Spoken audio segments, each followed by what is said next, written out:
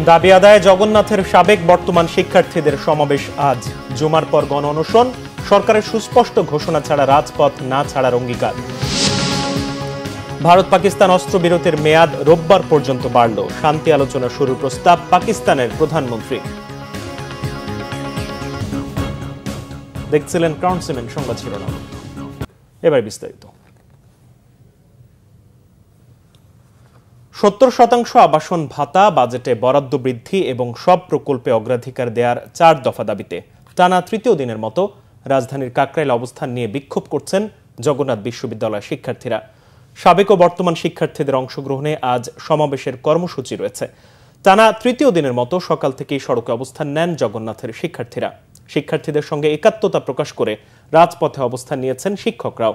জগন্নাথ বিশ্ববিদ্যালয় শাটডাউনের ঘোষণাও দেওয়া হয়েছে। দাবি আদায় না হলে কিংবা সরকারের পক্ষ থেকে আশ্বাস না পেলে জুমার পর গণ অনশন ও অবস্থান কর্মসূচি পালন করবেন আন্দোলনরত শিক্ষক শিক্ষার্থীরা। বিশ্ববিদ্যালয় শিক্ষক সমিতির সাধারণ সম্পাদক অধ্যাপক রইসুদ্দিন বলেছেন, জগন্নাথ বিশ্ববিদ্যালয় বঞ্চিত, অবহেলিত।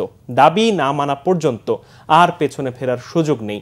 সরকারের সুস্পষ্ট ঘোষণা ছাড়া তারা রাজপথ ছাড়বেন না বলেও জানিয়ে দেন।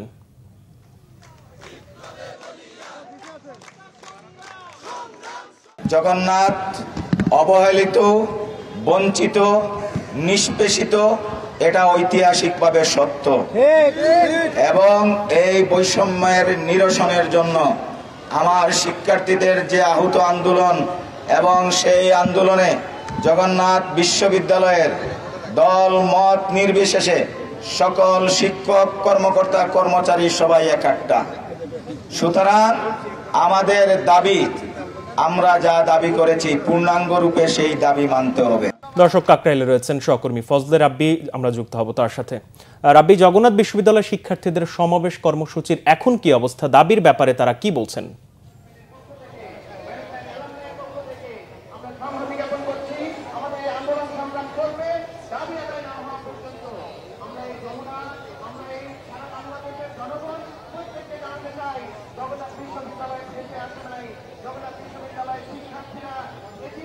ধন্যবাদ হাসান। আপনি জানেন যে 70% আবাসন ভাতা বৃদ্ধি সহ যে বাজেট বরাদ্দ সহ যে 4 দফা দাবিতে আজ কিন্তু তৃতীয় দিনের মতো এখানে আন্দোলন চালিয়ে যাচ্ছে জগন্নাথ বিশ্ববিদ্যালয়ের শিক্ষার্থীরা। আপনি দেখতে পাচ্ছেন এখন কিন্তু আসলে ঠিক 12টা বাজে, ঠিক সকাল 9টার পরপরই কিন্তু এখানে আসলে উপস্থিত হতে থাকে এবং শিক্ষার্থীরা, এবং ঠিক একটু আগে 11:30টার দিকে কিন্তু আসলে যে প্রাক্তন শিক্ষার্থী আছে তারা এখানে জড়ো হয় এবং জড়ো হয়ে যে বর্তমান শিক্ষার্থী বা শিক্ষকদের সাথে একত্রতা প্রকাশ করে এবং তারা বলে যে এই যে দীর্ঘদিন জগন্নাথ বিশ্ববিদ্যালয় বঞ্চিত হয়ে আসছে, অবহেলিত হয়ে আসছে, এই বঞ্চিত অবহেলিত এই বিশ্ববিদ্যালয়ের অবশেষে যেন তাদের দাবি আদায়টা পূরণ হোক, এই দাবি কিন্তু আসলে জানিয়ে যাচ্ছে তারা। পাশাপাশি জানেন একটু আগে সাধারণ শিক্ষার্থী যে শিক্ষক সমিতির যিনি সাধারণ সম্পাদক তিনি কিন্তু আসলে গণমাধ্যমের সাথে কথা বলেছেন। তিনি জানিয়েছেন যে আসলে তাদের দাবি দেওয়া যতক্ষণ না পর্যন্ত মেনে নেওয়া না হয় ততক্ষণ পর্যন্ত কিন্তু আসলে তারা ক্লাসরুমে বা ক্লাসে ফিরবে না, তারা রাজপথেই থাকবে এবং তারা চাই যে প্রধান উপদেষ্টা যেন তাদের এই দাবি দেওয়া খুব দ্রুতই মেনে নেয়। এবং আপনি জানেন যে প্রধান উপদেষ্টা ইতিমধ্যে অন্তর্বর্তী সরকার গ্রহণ করার পর কিন্তু আসলে অনেক দাবি দেওয়া উত্থাপিত হয়েছে, যাদের অনেক দাবি মেনে নিয়েছে। সেই সাধারণ শিক্ষার্থীরা বলছে তাদের এই যৌক্তিক দাবি কেন মেনে নিবে না, এই প্রশ্ন কিন্তু তারা বারবার বলছে।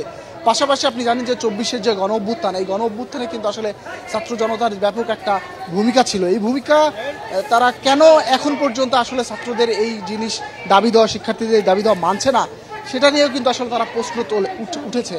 তো এই মোটামুটি ছিল আমার কাছে কাকরাইল থেকে সর্বশেষ অবস্থা। পরবর্তী সংবাদ, পরবর্তী আপডেট জানার জন্য আমি উপস্থিত হব।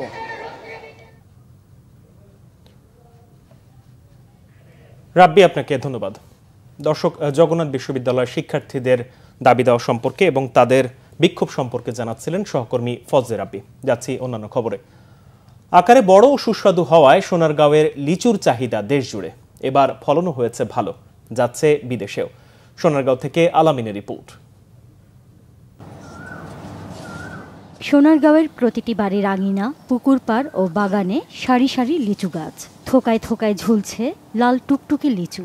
কদমি, মুজাফফরপুরি, চায়না তিন, এলাচি ও পাতি লিচুর চাষ হয়েছে এই উপজেলায়। পাখি, কাক ও বাদুড়ের হাত থেকে লিচু রক্ষায় বাগানে বাগানে বসেছে পাহারা। বৈদ্যুতিক বাতি, টিনের বাজনা বাজিয়ে উচ্চ শব্দে বাদুড় ও কাক ঠেকাচ্ছেন লিচু চাষিরা।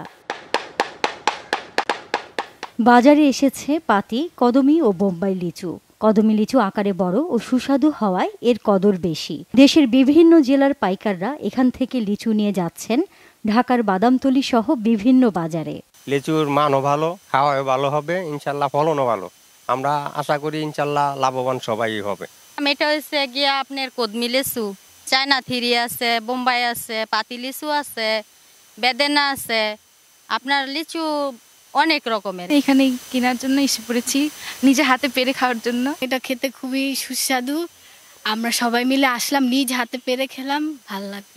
এবছর 282টি বাগানে 110 একর জায়গা জুড়ে লিচুর চাষ করা হয়েছে। এবার সোনারগাঁও উপজেলায় প্রায় 6 থেকে 7 কোটি টাকার একটি বাজার তৈরি হবে বলে আমরা আশা করতেছি। আমরা কৃষি বিভাগ থেকে সর্বোচ্চ পরামর্শ এবং সহযোগিতা দেওয়ার চেষ্টা করছি এবং ভবিষ্যতে যেন এটা আরো বাড়ানো যায় এই জন্য আমরা চেষ্টা করে যাচ্ছি। লিচু চাষের সফলতায় দিন দিন নতুন করে বাগান তৈরিতে ঝুঁকছে সোনারগাঁও এলাকার মানুষ। Bangla vision news desk.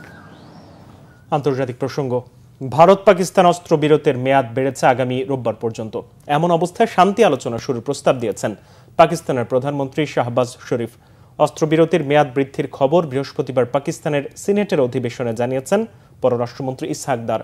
ফলে আগামী রোববার পর্যন্ত ভারতের পশ্চিম সীমান্ত আর নিয়ন্ত্রণ রেখায় অস্ত্রবিরতি বহাল থাকবে।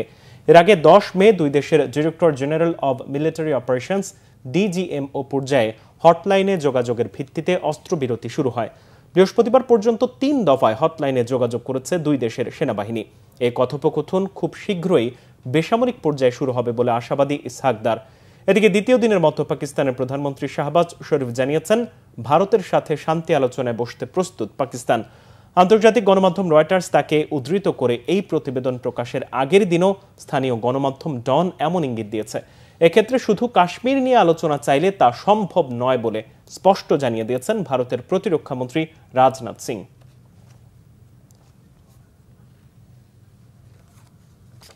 এই ছিল এখনকার মতো। পরের সংবাদ দুপুর 2টায়। এর আগে একটা রয়েছে নিউজ টপ 10 দেখার আমন্ত্রণ রইল। এছাড়া বাংলা ভিশন সংবাদ ও সংবাদ সংশ্লিষ্ট অনুষ্ঠান দেখতে ভিজিট করুন www.bbnews24.com ও facebook.com/banglavisionnews এবং সাবস্ক্রাইব করুন youtube.com/banglavisionnews। ধন্যবাদ।